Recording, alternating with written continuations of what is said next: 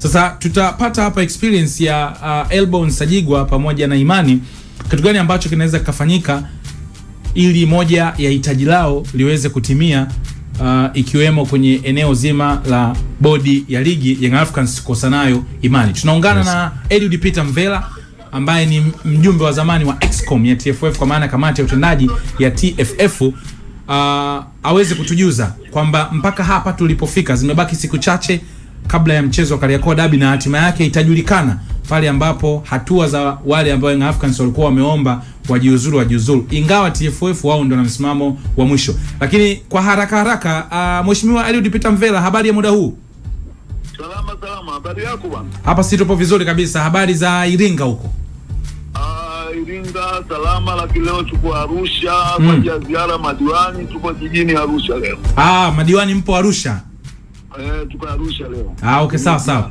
Mheshimiwa Mvela, kuna maeneo ambayo tunajaribu kutazama kwa picha ya pembeni, ukitoa uwajibikaji wa nafasi ya mtu mmoja mmoja kama ambavyo Young Africans wameomba kwenye eneo la katibu mkuu, kwenye eneo la CEO na mwenyekiti wa bodi. Bodi ya ligi ni chombo cha TFF ambacho kinasimamiwa na TFF. Kuna swali ambalo tulikuwa tunajiuliza, TFF inaweza ikachukua maamuzi ya kuiondoa bodi ya ligi kwa muda kama itafaa katika hitaji la Young Africans? TFF ina hiyo nguvu ya moja kwa moja? Mimi nachosema TFF ina nguvu za moja kwa moja kwa kutumia mkutano mkuu wa bodi ya ligi na ina uwezo hata kuweza kumsimamisha mtu kwamba mpaka mkutano mkuu utakapoitishwa wa bodi ya ligi waamue. Lakini leo mimi siko kwenye kipande hicho. Mimi naamini sasa hilo wazo langu ambao nilikuwa natarajia lifanyike hilo, mimi sioni kwamba lina nafasi tena kulingana na mgogoro kuzidi kuongezeka na kupanuka kwa mkubwa zaidi. Kwa sababu sasa hivi maadui wa kwanza alikuwa ni Dar es Salaam Young Africans, lakini sasa hivi mgogoro hauko kwenye Yanga na bodi ya ligi tena. Mgogoro umehamia hata kwenye Yanga pamoja na TFF. Kwa hiyo mimi naamini hivyo vyombo haviwezi kumaliza mgogoro tena. Kwa mtazamo na uona mimi. Kwa hiyo nafasi hata ya TFF kuivunja bodi ya ligi ni jambo ambalo unaona haliwezekani? Mimi naona hiyo hatua iliyofikia sasa, kwa sababu TFF mwenyewe ameshakuwa mtuhumiwa, bodi ya ligi mtuhumiwa wa Yanga.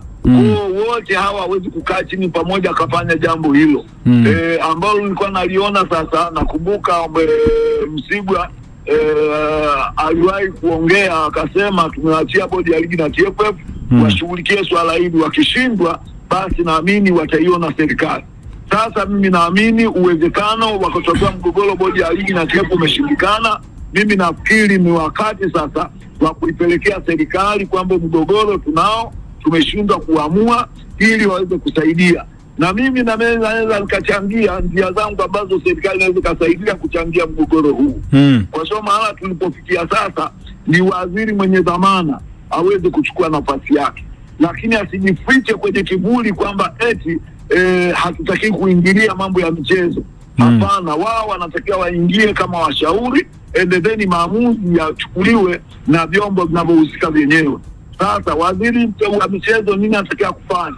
Mimi naamini sasa aweze kufikiria utaifa zaidi, kwa sababu sasa hivi huu mgogoro unazidi kupanuka kiasi cha kwamba naweza kuletea shida.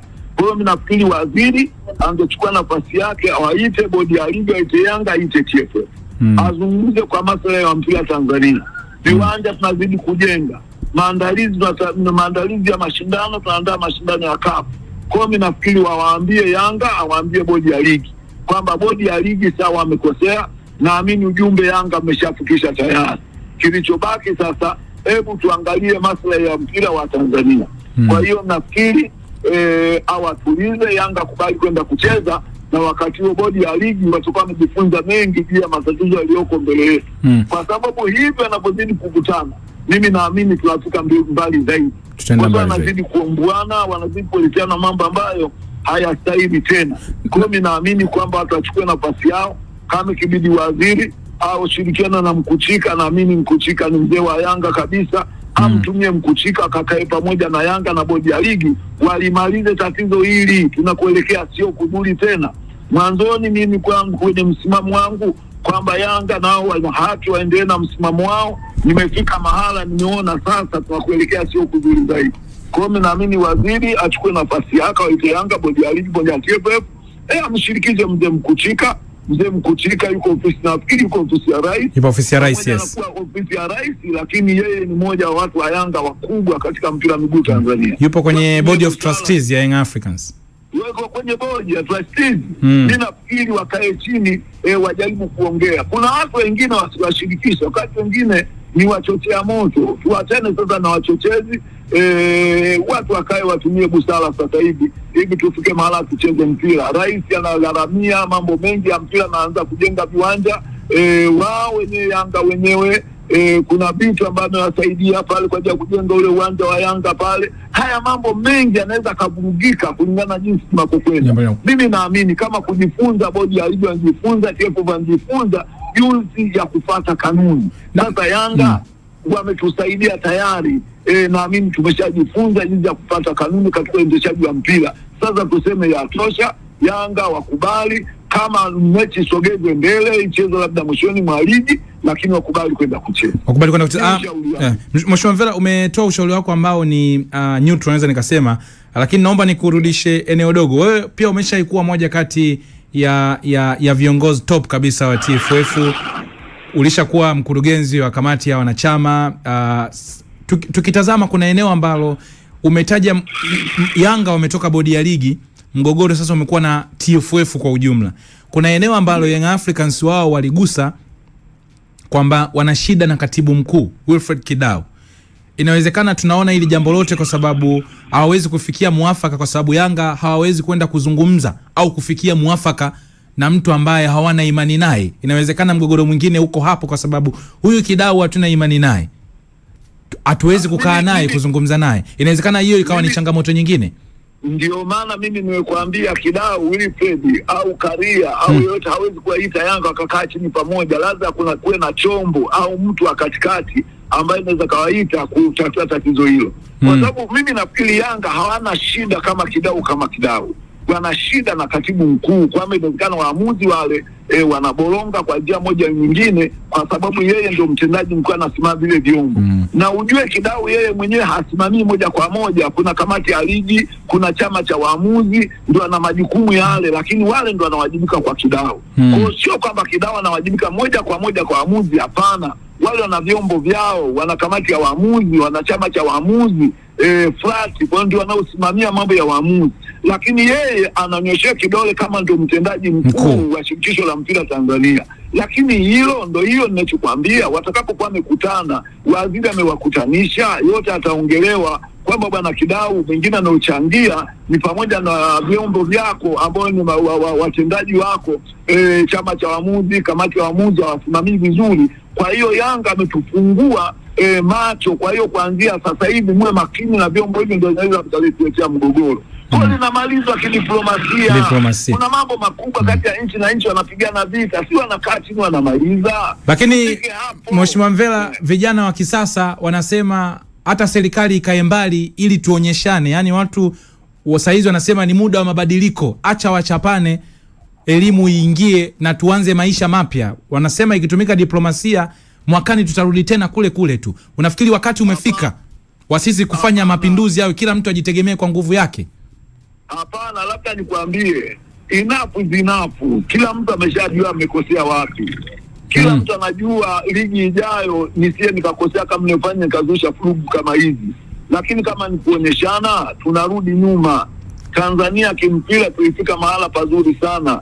Yanga mwenyewe naamini anaweza kachukua ubingwa, nataka shiriki mashindano makubwa. Sasa hivi Yanga anashughulikia usajili wa wachezaji wenye thamani kubwa. Hao wachezaji asipoteza Yanga mashindano ya kimataifa, wachezaji ameingia nao mikataba, unajua anatakiwa kulipa haki zao. Umenielewa? Nimekuelewa. Kushindana huko anaweza kutuathiri sana. Yanga uzuri anacheza kila anatengeneza timu mpya. Tumekuwa tukiona kwenye mitandao ya kijamii anataka kufajilia nani mchezaji gani anafajilia Yanga. Lakini je, usipoteza mashindano haya kimataifa atacheza nani? Kwa hiyo ndio maana ninasema hebu tukae chini, tujaribu kuangalia kwa maslahi ya taifa, kwa maslahi ya timu zetu ambazo zinashiriki kwenye mashindano ya klabu bingwa. Sasa tunacheza klabu bingwa ndio Yanga na Simba na ndio ana nafasi ya kucheza. Kwa hiyo tufike mahala tukakubaliana kwamba bodi ya ligi ilikosea 1 2 3, TFF ilikosea 1 2 3. Sasa Yanga, tulieni kwa maslahi ya nchi, tutumie busara. Lakini Yanga na ugomvi wa Yanga ni kwamba yeye anaona kama TFF na bodi ya ligi wanatumia nguvu zaidi. Kwa sababu nikupe mfano tu. Hivi bodi ya ligi wakimwambia wewe Yanga usipokuja tarehe 15 tutakunyang'anya pointi. Ukisema unamnyang'anya pointi, unafanya double standard, kwa sababu makosa haya aliyofanya Simba hakunyang'anywa pointi, ndio makosa haya ambayo unafanya Yanga, utamnyang'anyaje pointi? Huwezi kumnyang'anya pointi vile vile. Kwa ndio maana anasema tunataka kukaa chini, tumie diplomasia, tuachane na haya mambo mengine. Tumalize jambo. Huo ndio ushauri yangu mimi. Tumefika mahala tumeonyeshana uwezo, kila mtu amegundua makosa yake. Mimi nimeongea na Mguto, umenielewa? Kila mtu anajua makosa yake yako wapi na ameweza kufanikiwa wapi. Haya mambo tunajifunza kutoka kwa siku za usoni. Mimi naamini bodi ya ligi mjifunza mambo mengi sana. Kwa sababu kiambia tu uwajibika, hata kuwajibika, lakini je, tuweze kumkatisha tamaa mama Samia mambo anayotufanyia sasa hivi? Ama tulianza kujengea Arusha. Mimi nimefika Arusha hapa, nimeenda kuangalia uwanja unaojengwa sasa hivi, sio mchezo. Anawekeza fedha kwenye michezo. Leo wamekubali kuandaa mashindano, fedha nyingi ya serikali zinatumika katika mashindano haya. Na je, tuendelee kumkatisha tamaa? Ndio tutumie busara hizo. Sawa, shukrani. Tuweke mambo mengine pembeni, kila kitu kiweze kuendelea, lakini tutakuwa tumejifunza msimu ujao tusirudie makosa kama haya. Haya. Mheshimiwa Mvera, mimi nikushukuru sana na kila laheri katika ziara yenu huko ya madiwani jijini Arusha. Asante sana. Shukrani sana. Bana, huyo ni moja kati ya top officials wa zamani wa TFF, walikuwa mjumbe wa kamati ya utendaji, lakini pia mkurugenzi wa wanachama, sheria na hadhi za wachezaji. Nyakati kama hizi ni nyakati za Mvera, nyakati za uchaguzi hizi kwa wanachama. Sasa huko ndio ilikuwa gabalaa, huyu ndio kwa nyakati zake hizi. Bana